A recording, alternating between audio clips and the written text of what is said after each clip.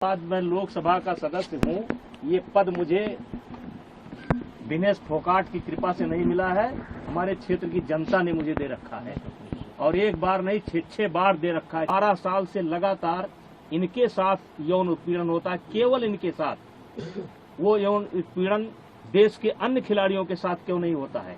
और यही खिलाड़ी आंदोलन के 15 दिन तक पहले इनकी वीडियो सुन लिया जाए, इनका ऑडियो सुन लिया जाए, ये जो है हमारी तारीफ करते थे।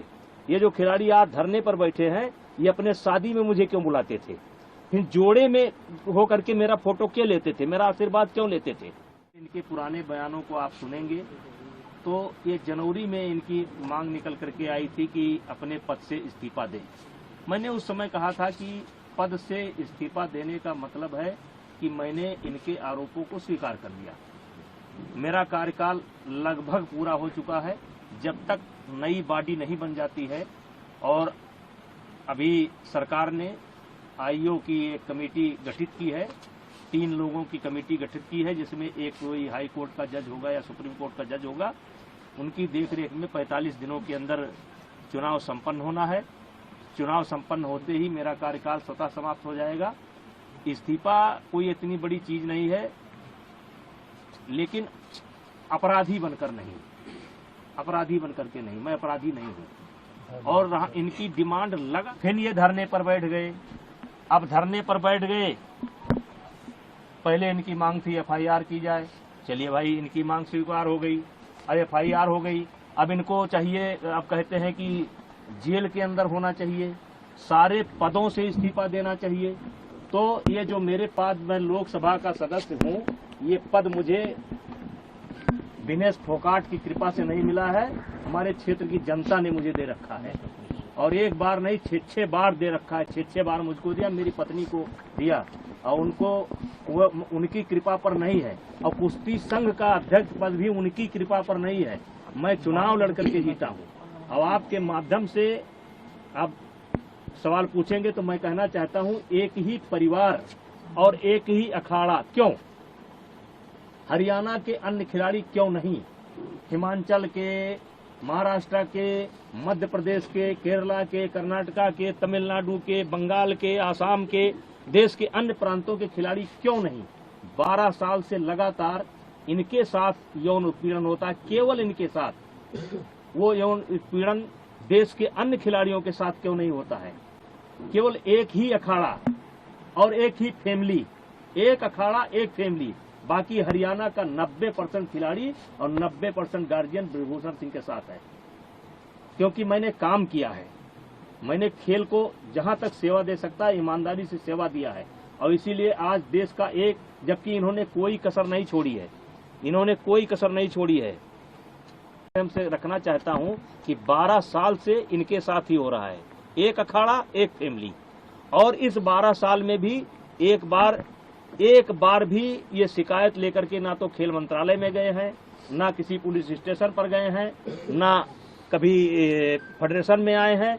और यही खिलाड़ी आंदोलन के 15 दिन तक पहले इनकी वीडियो सुन लिया जाए, इनका ऑडियो सुन लिया जाए, और ये जो है हमारी तारीफ करते थे। ये जो खिलाड़ी आज धरने पर बैठे हैं, ये अपने शादी में मुझे क्यों बुलाते थे? फिर जोड़े में होकर के मेरा फोटो क्यों लेते थे? मेरा आशीर्वाद क्यों लेते थे? लेकिन मैं एक संवैधानिक पद पर हूँ, मेरी एक बोलने की मर्यादा है, उस मर्यादा के तहत मैं बोल रहा हूँ। अब मामला सुप्रीम कोर्ट के पाले में है, दिल्ली पुलिस के पाले में है, जो भी निर्णय करेगी हम मुझे उसे इस साजिश के पीछे कौन लोग हैं? सांसद जी, साजिश के पीछे कौन लोग हैं? आखिर आपको इसके पीछे क्या दिखता है? कौन है वो एक फैमिली, एक अखाड़ा, और इसके पीछे कौन है? का नाम क्या है? देखिए, मैं शुरू से कह रहा हूं कि इसमें एक उद्योगपति का हाथ है, कांग्रेस का हाथ है। मैं शुरू से इस बात को बोल रहा हूं। एक उद्योगपति, मैंने नाम नहीं बोला है कौन सा उद्योगपति, देश के कुछ उद्योगपतियों का इसमें हाथ है जिनको मुझसे कष्ट है, और कांग्रेस का हाथ है। शुरू बोला था, और आज दिखाई पड़ गया कि किसका हाथ है। जब इनकी मांग मान ली गई, एफआईआर दर्ज की गई, जांच तरीके से कहिए कि कार्रवाई शुरू हो गई, तो तब आप क्यों नहीं जा रहे हैं? अब क्यों मोदी जी के खिलाफ बोल रहे हैं? अब क्यों खेल मंत्रालय के खिलाफ बोल रहे हैं?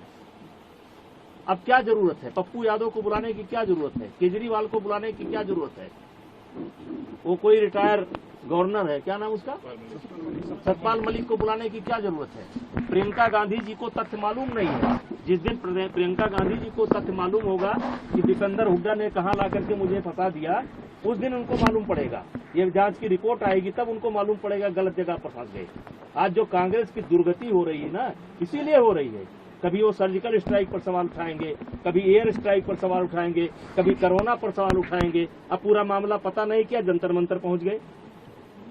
जांच का इंतजार कर लेते, दिल्ली पुलिस की रिपोर्ट का इंतजार कर लेते, तब जंतर मंतर पहुंचते। राजनीतिकरण हो रहा है, आम आदमी पार्टी पहुंच रही है। ये राजनीतिकरण शुरू से, मैं तो फर्स्ट डे से कह रहा हूं कि ये खिलाड़ियों का धरना नहीं है, ये कुछ षड्यंत्रकारी लोग हैं जो हमारी पार्टी को नुकसान पहुंचाना चाहते हैं, जिसमें मुझे मोहरा बना रहे हैं।